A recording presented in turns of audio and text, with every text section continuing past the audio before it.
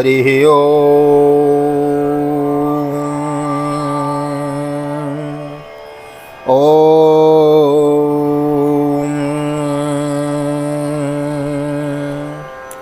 जय श्री राधे, जय श्री कृष्ण। और कैसे हैं आप सब? आशा करते हैं ठाकुर श्री राधा माधव की कृपा से आप सब कुशल मंगल होंगे और भगवान की भक्ति में लीन होंगे। मैं राधेश्याम वशिष्ठ नित्य की भांति आपका बहुत बहुत स्वागत करता हूं आप ही के यूट्यूब चैनल VKVPS परिवार श्रीधाम वृंदावन, और ले चलता हूं आज की पावन तिथि महोत्सव की ओर। आज है भाद्रपद शुक्ल पक्ष की चतुर्थी तिथि, और आज की जो चतुर्थी है वह है गणेश चतुर्थी। बोलो गणपति बप्पा मोरिया, गणेश जी महाराज की जय। तो आज का जो पावन दिवस है वह गणेश चतुर्थी के रूप में मनाए जाने वाला पावन पर्व है। तो आप सभी भक्तजनों को, VKVPS परिवार के सभी सदस्यों को गणेश चतुर्थी की बहुत बहुत हार्दिक शुभकामनाएं, बहुत बहुत बधाई। तो आज गणेश चतुर्थी है। आज की हम पावन कथा प्रसंग पे थोड़ी दृष्टि डालेंगे, विचार बिंदु रखेंगे। गणपति प्रथम पूज्य हैं। कोई भी पूजा करो, आप कोई भी उपासना करो, सर्वप्रथम गणेश जी की उपासना की जाती है। बिना गणेश जी के तो कोई कार्य सफल हो नहीं पाता ना। गणपति विघ्न नाशक भी हैं और विघ्न कारक भी हैं। यदि हम कोई भी कार्य आरंभ करने से पहले गणपति की पूजा कर लेते हैं तो गणपति विघ्न विनाशन बन जाते हैं, और कोई भी कार्य करते समय गणपति की पूजा को भूल जाते हैं तो गणपति विघ्न कारक बन जाते हैं। तो वो कार्य में विघ्न डालने वाले भी हैं और कार्य को निर्विघ्नता पूर्व शुद्ध करने वाले भी हैं। तो हम तो एक ही प्रार्थना करते हैं गणेश जी महाराज से, आज गणेश चतुर्थी के अवसर पे जो भक्तजन जिस प्रकार से आपकी पत्र पुष्प फूल के द्वारा जो भी आपकी पूजा करें, आप उससे प्रसन्न होवें और सबकी मनोवांछित कामनाओं को पूर्ण करें, और यह लोक में समस्त सुखों की प्राप्ति और परलोक में गोविंद के धाम की प्राप्ति करें। ऐसी मेरी प्रार्थना गणपति महाराज के चरणों में। तो आइए देर न करते हुए आज की पावन गणेश चतुर्थी की कथा की ओर हम दृष्टि डालते हैं। एक निवेदन अवश्य करना चाहूँगा, नए आए हैं प्लीज़ सब्सक्राइब आवर चैनल और बेल आइकन को भी प्रेस कर देवें।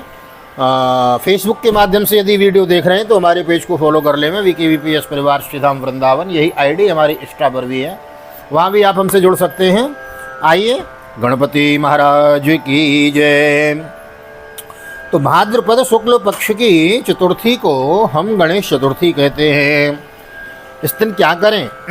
प्रातःकाल स्नान आदि नित्य कर्म करके पूजन के समय प्रथम सोने, तांबे, मिट्टी अथवा गौ के गोबर की गणेश प्रतिमा बना लें।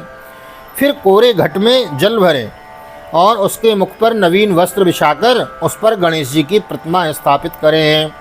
तब षोडशोपचार से विधिवत पूजन करें। देखो, भगवान का पूजन कई प्रकार से होता है। मानसोपचार मानसिक पूजा, फिर पंचोपचार 5 प्रकार से पूजा, फिर षोडशोपचार 16 प्रकार से पूजा, और उसके बाद फिर तो राजोपचार, राजा की जिस प्रकार पूजा की जाती है उस प्रकार भगवान की पूजा करनी चाहिए। पूजन के पूर्व में गणेश जी का ध्यान करना चाहिए। तत्पश्चात आवाहन करें, आसन देवें, पाद्य, अर्घ, आचमन, स्नान, वस्त्र, गंध और पुष्प आदि से पूजन करके पुनः अंग पूजा करनी चाहिए। अंग पूजा में पाद, जंघा, उरु, कटी, नाभि, उदर, स्तन, हृदय, कंठ, स्कंद, हाथ, मुख, ललाट, सिर और सर्वांग इत्यादि अंगों का पूजन करें तथा धूप, दीप, नैवेद्य, आचमन, तांबूल और दक्षिणा के पश्चात आरती करें और नमस्कार करें। इस पूजा में 21 लड्डू भी रखने चाहिए। रात्रि में जब चंद्रमा उदय हो जाए तब चंद्रमा का यथाविधि पूजन करके अर्घ्य प्रदान करें। ये तो हुई पूजा की विधि। अब आइए सुनते हैं कथा, आज की गणेश चतुर्थी की कथा। एक समय महादेव जी स्नान करने के लिए कैलाश पर्वत से भोगावतीपुरी को पधारे।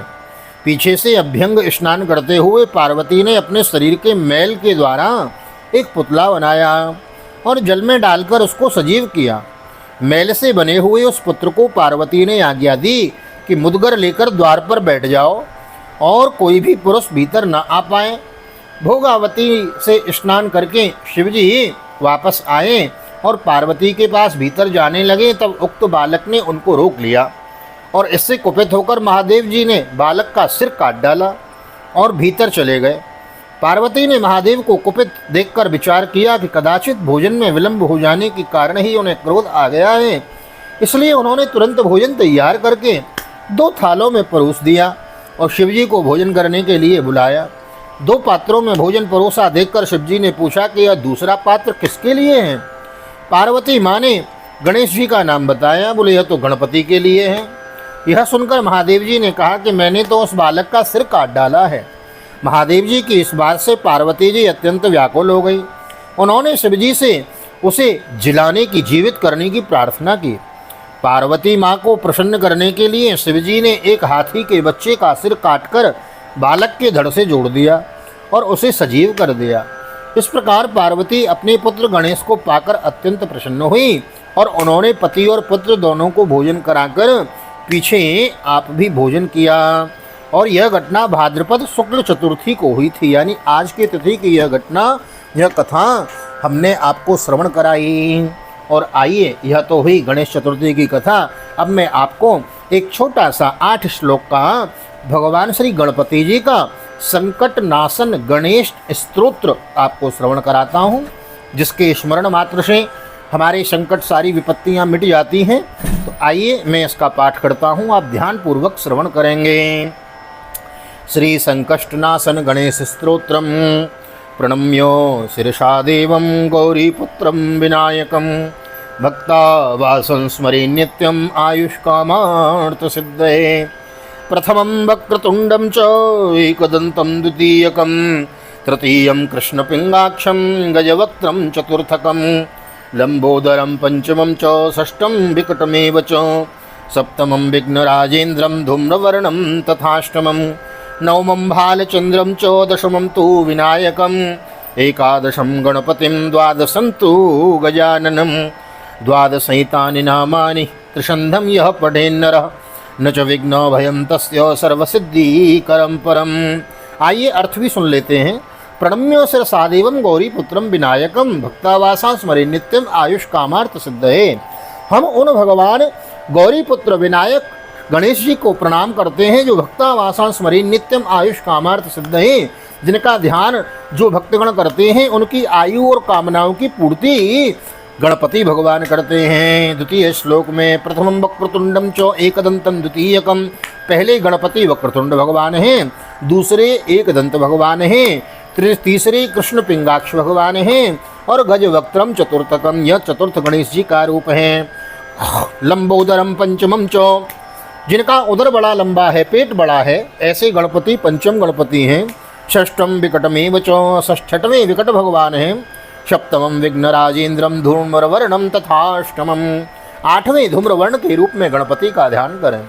नवमं भालचंद्रम च, 9वें रूप में महाराज भगवान शंकर के मस्तक पे चंद्रमा, उसके रूप में आप दर्शन करें। दशमं तु विनायकम, एकादशम गणपतिम द्वादशं तु गजाननम, 12वां गजानन भगवान का नाम है।